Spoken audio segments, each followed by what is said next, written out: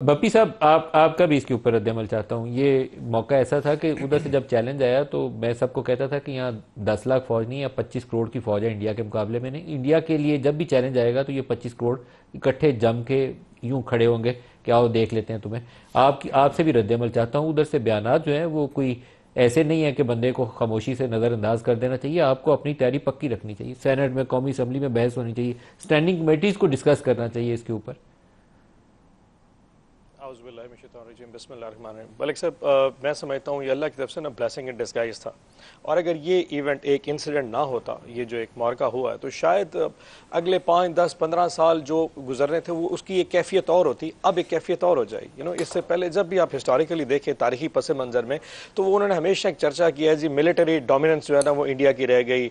Narrative के हवाले से भी दे ऑलवेज वन इट। आप अगर 1990 की दहाई उठा के देख लें, 2000 के अगले पिछले 15-20 साल उठा के, तो India has always an advantage. मैं क्रिश्चियन फेयर का अभी देख रहा था, उसका इंटरव्यू था करण थापुर के साथ, बड़ा फेमस है। मैं हैरान था कि उसमें उन्होंने एक्सेप्ट किया कि पाकिस्तान और इंडिया के इस पूरी बैटल में हुआ क्या। तो 4-5 की पॉइंट्स है जो मैं आपको दे देता हूं, and I was amazed to listen कि वो इंडिया मीडिया की तरफ से रिपोर्ट हो रहा था। तो किरण थापुर ने जब क्रिश्चियन फेयर से पूछा कि आप इस पूरी बैटल को कैसे देखते हैं, तो उसने कहा जी ये बैटल पाकिस्तान ने जीत ली है। नैरेटिव वाइज उसने कहा जी ये बैटल पाकिस्तान ने जीती है। उसने कहा दूसरा नुकसान ये हो गया, कश्मीर का इशू था वो इंटरनेशनलाइज हो गया। इससे पहले इंडिया ने कभी भी इस इशू को एक्सेप्ट नहीं किया था कि ये इंटरनेशनल इशू है। अब वो एक इंटरनेशनल इशू है। उन्होंने बायलैटरल इशू को कभी एक्सेप्ट किया था कि ये बायलैटरल इशू है। दुनिया ने देख लिया अब ये बायलैटरल इशू नहीं है, ये यूएनओ का चार्टर के तहत आएगा और न्यूट्रल वेन्यू पे बात होगी।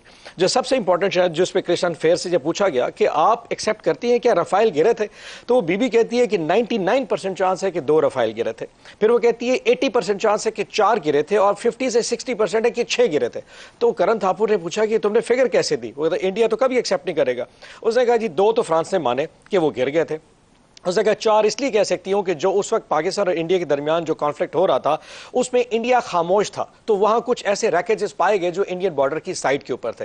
तो उसने कहा इसका पता कभी नहीं चलेगा, लेकिन पाकिस्तानी नैरेटिव की वॉर जूट गया। और आपने मोदी की बात की है, मैं इसको कंपैरिजन इंडिया मीडिया से कर लेता हूं। करण थापुर ने पूछा कि ये बताइए कि अब पाकिस्तान के साथ करना क्या चाहिए। उसने कहा ये ऑपरेशन आपको नहीं करना चाहिए था, आपको कॉवर्ट ऑपरेशन करना चाहिए था। उसने कहा जैसे आपने 2021 और 22 में पाकिस्तान की साइड के ऊपर जो ऑपरेशन किए थे वो कामयाब ऑपरेशन थे। तो करण थापुर ने कहा yes I want to tell the Indian people that India ने 2021 और 22 में पाकिस्तान में कॉवर्ट ऑपरेशन किए थे और वो ऑपरेशन ज्यादा कामयाब होंगे। और सबसे बड़ी जो इंपॉर्टेंट चीज है, I am so glad and proud कि पाकिस्तान के हवाले से जो न्यूक्लियर डिसआर्मामेंट का बार बार आके पाकिस्तान एक रिस्पॉन्सिबल स्टेट नहीं है, इस कम से कम इस नैरेटिव को इस पूरे मार्केने में हम जीत गए। अब यह साबित हो गया कि पाकिस्तान एक रिस्पॉन्सिबल न्यूक्लियर स्टेट है और हिंदुस्तान एक ऐसी इररिस्पॉन्सिबल स्टेट है जिसके न्यूक्लियर के हवाले से इस मोदी के बयान को देखा जा सकता है कि वो हमेशा एस्केलेशन चाहते हैं। सो मैं समझता हूं पूरे कॉन्फ्लिक्ट ने अल्हम्दुलिल्लाह ये अल्लाह की तरफ से था। We never thought about it कि इस तरह कॉन्फ्लिक्ट आएगा, इतना शॉर्ट होगा, क्रिस्प होगा, एंड अल्टीमेटली ना सिर्फ ये कि आप बॉर्डर भी जीतेंगे, आप नैरेटिव की जंग जीतेंगे। This is entirely because Malik साहब जो आपने कहा, उनके पास शायद 15 लाख फौज होगी, हमारे पास 25 करोड़ की फौज थी। नोबडी वाज थिंकिंग कि कौन बलोच है, पश्तून है, सराइकी, पंजाबी, पश्तून, सिंधी, बलोची बात कर रहा है, Pashtun. The issue was everybody was lying in the same thing. हर बंदा चाहे वो ट्विटर पे था, चाहे सोशल मीडिया पे था, हर बंदा अपनी अफवाज, अपनी एयरफोर्स, अपनी नेवल फोर्सेस के पीछे था।